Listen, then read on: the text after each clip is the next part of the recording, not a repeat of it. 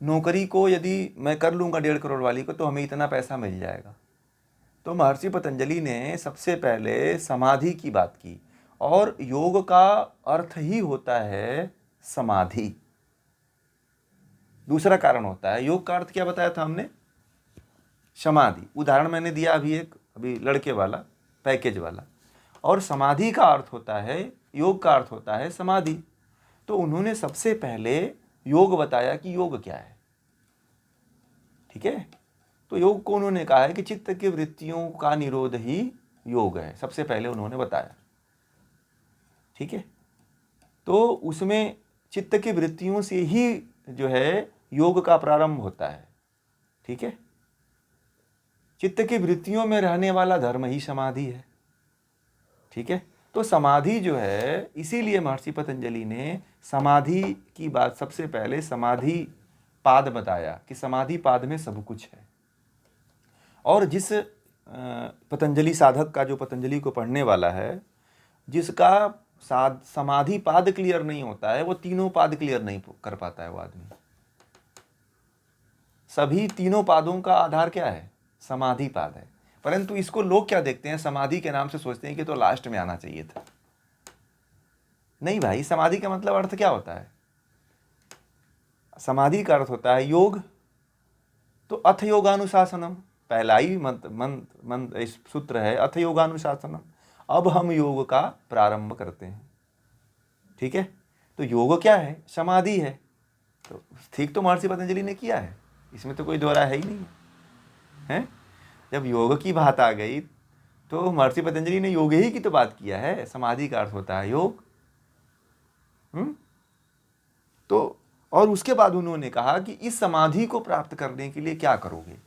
तो उन्होंने कहा कि साधन का उपयोग करना। ठीक है, ऐसे नहीं तुमको मिल जाएगी जितनी चीजें बताया, अभ्यास, वैराग्य, वृत्ति निरोध, ये सारी चीजें जो है ये किससे आएंगी? ये आएंगी साधन करने से। कुछ ना कुछ साधन अपनाओगे, उस साधनों में अष्टांग योग है। समाधि के 8 अंग हैं। योग को प्राप्त करने के 8 अंग महर्षि पतंजलि ने बताया। ठीक है, महर्षि पतंजलि ने 3 साधन बताए हुए हैं योग दर्शन में समाधि को प्राप्त करने के। पहला उन्होंने समाधि पाद में बताया अभ्यास और वैराग्य। पहला साधन बताया उन्होंने, पहला साधन बताया उन्होंने अभ्यास वैराग्य, जो समाधि पाद में बताया उन्होंने। इसी में एक साधन बता दिया था महर्षि पतंजलि ने कि समाधि को तुम कैसे प्राप्त करोगे। और ये समाधि जो है, ये सबसे जो उच्च कोटि का साधक होता है वही प्राप्त करता है। इसको केवल मुक्ति ही प्राप्त करना होता है, या उसके लिए होता है। फिर जो है दूसरे पाद में उन्होंने बताया निकृष्ट कोटि वाले के लिए। ठीक है, क्या बताया? अष्टांग योग, यम नियम आसन प्राणायाम प्रत्याहार धारणा ध्यान समाधि। ये उन्होंने अष्टांग योग की बात किया। ये किसके लिए बताया उन्होंने? जो एकदम निकृष्ट से निकृष्ट, यानी कि हम लोग जैसे लोग हैं, जो जिनको ABCD भी नहीं पता है, उनके लिए कहा कि इस अष्टांग योग का यदि पालन करते हैं तो वो निश्चित रूप से समाधि को प्राप्त कर लेंगे। फिर जो है महर्षि पतंजलि ने तीसरे मध्यम कोटि के योगियों के लिए, जो मध्य कोटि के लोग हैं, जो मध्यम तरह के साधक हैं, उनके लिए महर्षि पतंजलि ने तीसरा साधन बताया। उसके लिए उन्होंने तप, स्वाध्याय और ईश्वर प्रणिधान बताया कि बस ये 3 साधनों का उपयोग कर लेंगे तो वह समाधि को प्राप्त कर लेंगे। कौन कौन सा मार्ग? तप, स्वाध्याय और ईश्वर प्रणिधान। विभूति पाद में उन्होंने बताया लास्ट में। ठीक है, कि यदि तप करते हो, स्वाध्याय करते हो और ईश्वर प्रणिधान कर लेते हो तो तुम्हें समाधि की प्राप्ति हो जाएगी। महर्षि पतंजलि ने इन 3 मार्गों का जिक्र किया है योग दर्शन में, अभ्यास वैराग्य, अष्टांग योग और तप, स्वाध्याय, ईश्वर प्रणिधान, क्रिया योग। इसको क्रिया योग के नाम से जाना जाता है। और बहुत लोग आजकल जो क्रिया योग के चक्कर में कहाँ फंस जाते हैं, वो स्वामी योगानंद वाले में, महाअवतार बाबा वाला जो आजकल महाअवतार बाबा की जो साधना में क्रिया योग करवाते हैं, सब तंत्र मंत्र वाला कराते हैं आजकल, उसमें भी सब गड़बड़ कर दिए सब। ठीक है। क्रिया योग में कौन कौन से साधन है? तप है, स्वाध्याय है और ईश्वर प्रणिधान है। ईश्वर प्रणिधान आप लोगों को मैं करवा दूंगा, ठीक है। ईश्वर प्रणिधान जो है एक ध्यान पद्धति है, नोट कर लीजिएगा इसको। योग हम जो है योग महोत्सव में करवाएंगे, ठीक है। ईश्वर प्रणिधान जो है सबसे बड़ा ध्यान है, योग दर्शन का सबसे बड़ा ध्यान जो है ईश्वर प्रणिधान है, जो वास्तव में करने लायक है, ठीक है। इसको आप लोग नोट कर लीजिएगा। माइक बंद कर लीजिए जिनका भी ऑन है।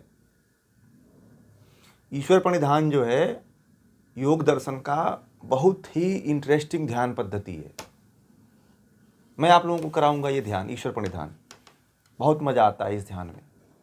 ये ध्यान जो है मतलब उसमें विभोर हो जाता है आदमी, डूब जाता है, लयत्व को प्राप्त कर लेता है, मीरा बन जाता है, इसमें लल्लेश्वरी बन जाता है, ठीक है। इसमें सूर बन जाता है, इसमें रैदास बन जाता है, इसमें कबीर बन जाता है। ईश्वर प्रणिधान ऐसा ध्यान है, गजब का ध्यान है, बहुत ऊंचा ध्यान है। अगर कहा जाए योग दर्शन का एक सूत्र में है, आधा लाइन भी नहीं है, परंतु इसमें यदि यह ध्यान करवाया जाए तो यह 4 पार्ट में विभाजित हो जाता है। 4 स्टेज इसके आते हैं इस ध्यान के, ईश्वर प्रणिधान के, ठीक है। ये भी बहुत महत्वपूर्ण ध्यान है। और मैं बताऊं, आप लोग मध्यम कोटि वाले साधकों में बहुत जल्दी जा सकते हो यदि ईश्वर प्रणिधान जो कर लिया। जिसका ईश्वर प्रणिधान हो जाता है वो मध्यम कोटि के साधकों में बहुत जल्दी ही उतर जाता है।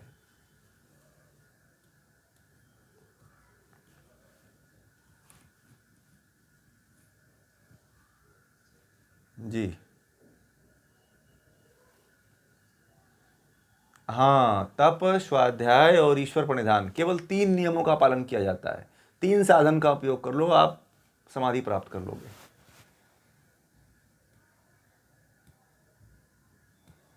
ये तप ये जो जी मध्यम कोटि अधम कोटि वाला अष्टांग योग है। अधम कोटि का अष्टांग योग है, और जो सबसे उच्च कोटि का है वो अभ्यास और वैराग्य है। जो सबसे हाई लेवल के होते हैं उन कैवल्यपाद में साधन नहीं है। कैवल्यपाद में एक बताई गई साधन के लिए बताया गया है, जन्म औषधि मंत्र तपः वाला जो बात कही गई है उसमें एक चीज़ है बस थोड़ा सा, तो वो तो नाम मात्र है, उसका उतना उपयोग नहीं किया जाता है। परंतु ये जो 3 ही जो है कोटियाँ होती हैं जिसमें जो है जिसके द्वारा समाधि पे जल्दी पहुंचा जाता है, चौथे पाद में कोई साधन नहीं है।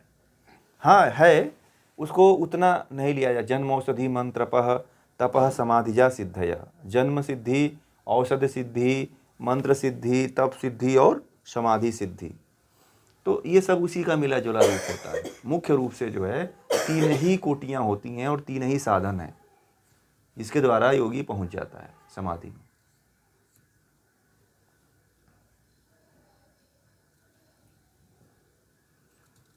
ठीक है, समझ में आ गई बातें?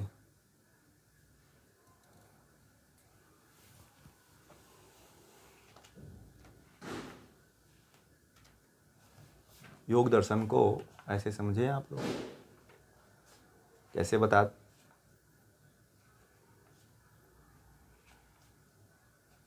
हाँ, कहाँ जाना है, लक्ष्य आपका योजना होना चाहिए। जैसे मान लीजिए कि आप कोई प्रोजेक्ट लेते हैं, घर बनाना होता है, तो आप पूरा बिल्डिंग का नक्शा तैयार कर लेते हैं ना।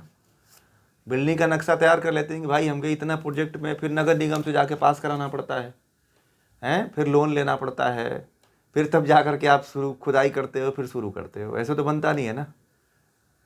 तो पहले आपको बना के दिखाना पड़ता है सरकार को कि हमें ये ऐसे ऐसे बनाना है, इतने 1 BHK 2 BHK जो भी बनाना है दिखाते हो आप, कैसा वो नक्शा रहेगा, कितने का रूम रहेगा, कितने का टॉयलेट रहेगा, ये सब जाके बताते होंगे आप। तो सरकार के जो अधिकारी होते हैं वो देखते हैं, फिर कहते हैं नहीं ठीक है इसको पास करो, फिर उसमें भी आप पैसा देते होंगे।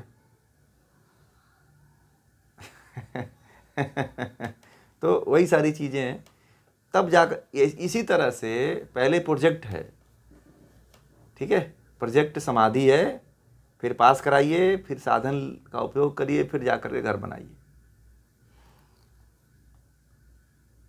एकदम आपके बिजनेस से जुड़ा हुआ है।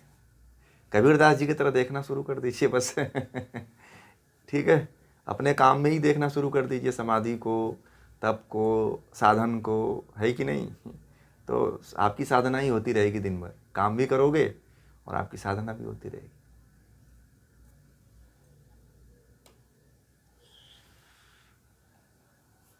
समझ में आ रहा है ना सबको?